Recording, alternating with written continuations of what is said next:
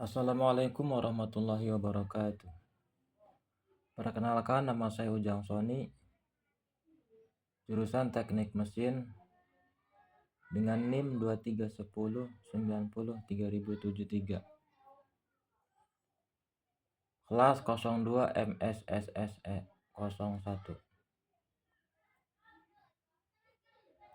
Di sini saya akan menjelaskan tugas material teknik.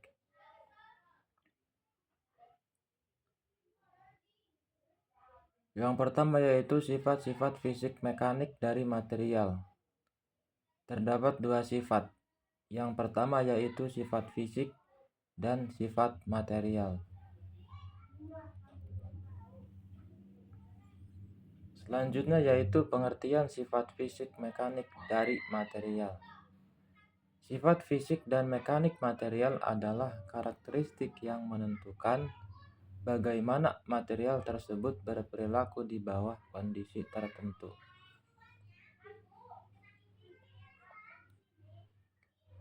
Selanjutnya yaitu sifat fisik.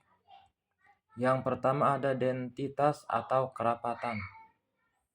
Densitas adalah massa persatuan volume material dan biasanya dinyatakan dalam kilogram atau gram. Kerapatan menentukan berat material untuk volume tertentu dan mempengaruhi sifat mekanik serta sifat termal. Yang kedua yaitu konduktivitas termal. Konduktivitas termal adalah kemampuan material untuk menghantarkan panas. Ini biasanya dinyatakan dalam W/M. Material dengan konduktivitas termal tinggi seperti logam, efisien dalam menghantarkan panas. Yang ketiga yaitu konduktivitas listrik. Konduktivitas listrik mengukur kemampuan material untuk menghantarkan arus listrik. Dinyatakan dalam S/M, Siemens per meter. Bahan seperti tembaga dan aluminium memiliki konduktivitas listrik yang tinggi.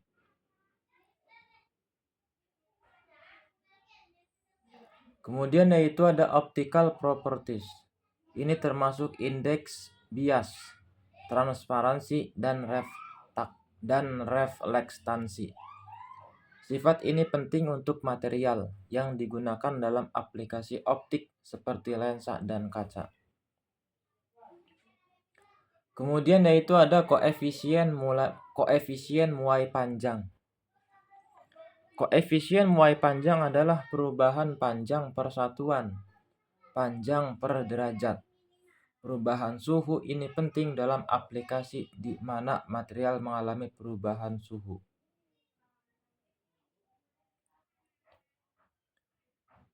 Selanjutnya yaitu ada sifat mekanik. Yang pertama yaitu kekuatan tarik atau tensile strength. Kekuatan tarik adalah tegangan maksimum yang dapat ditahan oleh material sebelum putus. Ini adalah indikator utama kekuatan material. Yang kedua yaitu kekuatan tekan atau compressive strength. Kekuatan tekan adalah kemampuan material untuk menahan beban tekan tanpa mengalami kegagalan. Biasanya lebih tinggi daripada kekuatan tarik untuk material seperti beton.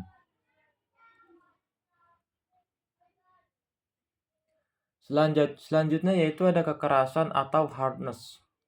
Kekerasan adalah ukuran ketahanan material terhadap deformasi permanen atau penyok atau goresan. Skala kekerasan seperti MHAS, Vickers atau Rockwell sering digunakan. Selanjutnya yaitu kekuatan lelah atau fatigue strength. Kekuatan lelah adalah kemampuan material untuk menahan beban berulang tanpa mengalami kegagalan. Ini sangat penting untuk komponen yang terkena beban listrik seperti poros dan pegas.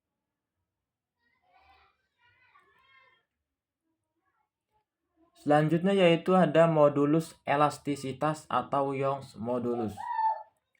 Modulus elastisitas adalah ukuran kekakuan material dan didefinisikan sebagai rasio tegangan terhadap regangan dalam batas elastis material.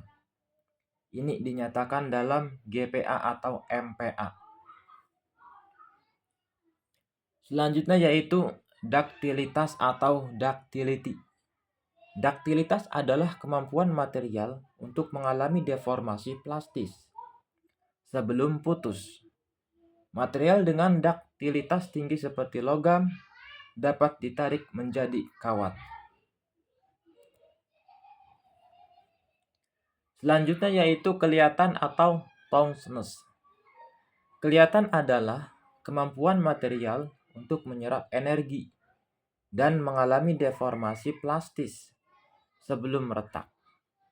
Ini mencakup kombinasi kekuatan dan daktilitas. Diukur dengan uji benturan, seperti uji Charpy atau Izod. Selanjutnya yaitu brittleness atau kerapuhan. Kerapuhan adalah kebalikan dari daktilitas. Material yang rapuh mengalami kegagalan tanpa deformasi plastis yang signifikan. Contoh material rapuh adalah kaca dan keramik. Selanjutnya yaitu ada contoh penerapan. Yang pertama yaitu ada aluminium. Aluminium memiliki densitas rendah, konduktivitas termal dan listrik tinggi, serta daktilitas yang baik. Digunakan dalam industri pesawat, terbang, dan kelistrikan.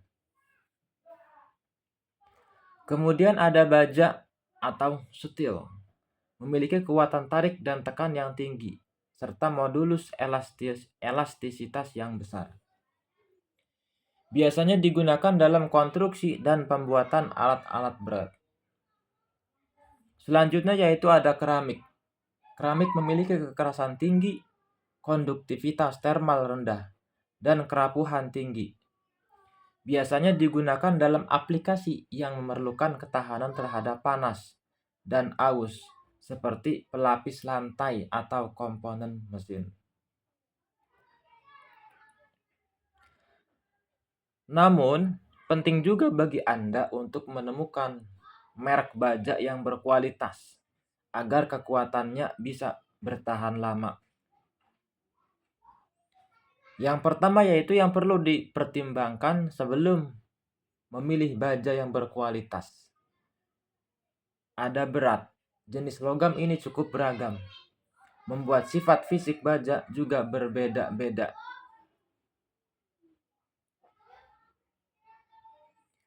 Meskipun akan ada kesamaan di antaranya, pada umumnya material ini memiliki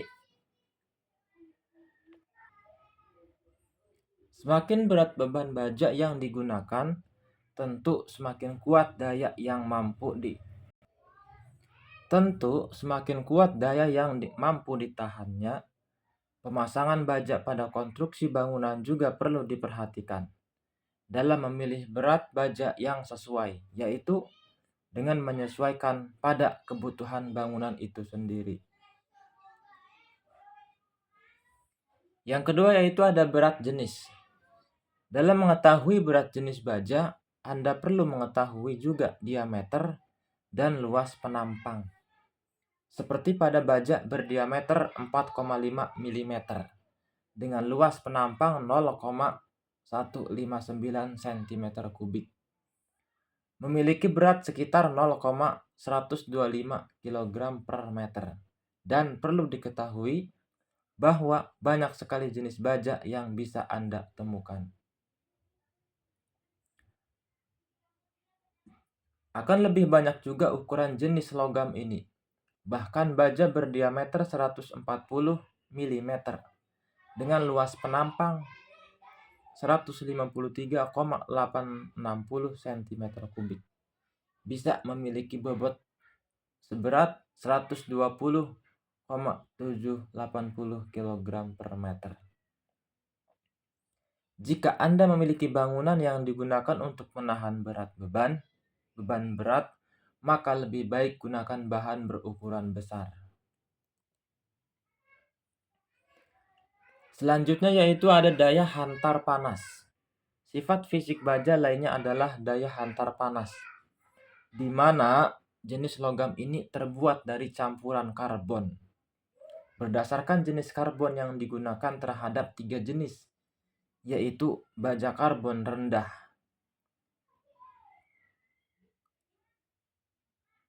baja karbon sedang, dan baja kadar dengan karbon tinggi di atas 0,55%.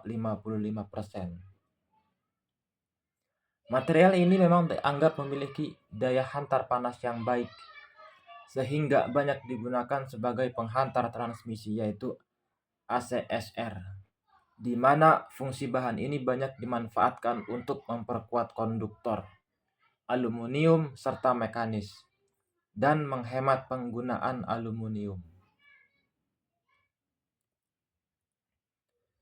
Selanjutnya yaitu ada konduktivitas listrik. Karena jenis logam ini terbuat dari campuran besi dan krom, tingkat konduktivitas listrik yang dimilikinya cukup baik. Maka dari itu material tersebut juga banyak digunakan sebagai material pengganti apabila material sebelumnya memiliki daya hantar yang rendah.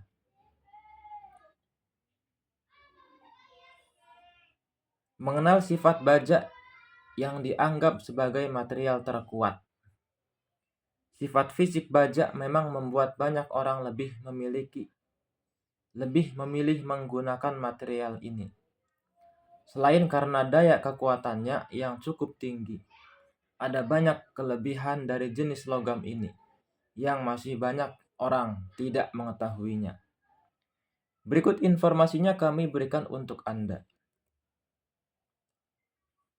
Terima kasih. Wassalamualaikum warahmatullahi wabarakatuh.